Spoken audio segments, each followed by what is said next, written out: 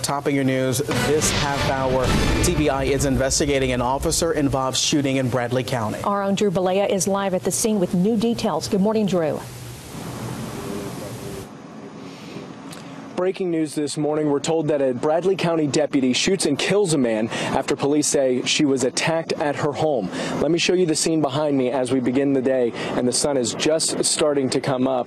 The police presence on the street is still very heavy. We're told by neighbors there was about 15 police vehicles that responded to a shots fired call just after 2 o'clock this morning.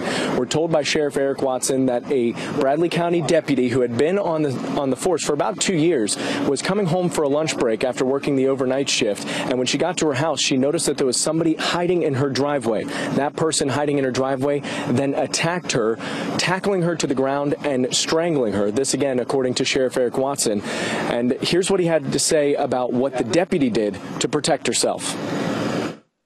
He tackled her, and they got in a scuffle, and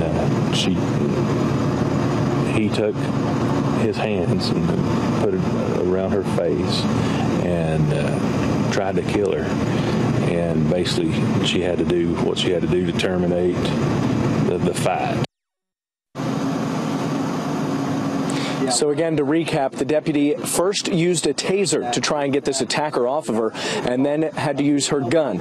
She then fired some shots. We're not exactly sure how many shots, and we're also told that the person who she shot died on the way to the hospital. The deputy was bumped and bruised, but is said to be doing okay.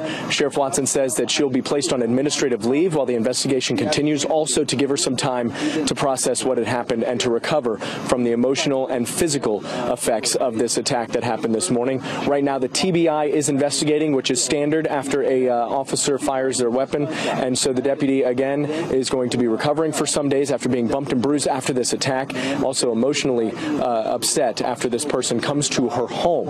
Again, Sheriff Watson calling this a very sad day, some very scary moments that happened this morning here in Bradley County. We're going to have some updates for you throughout the morning right here on News Channel 9, so be sure to stay with us.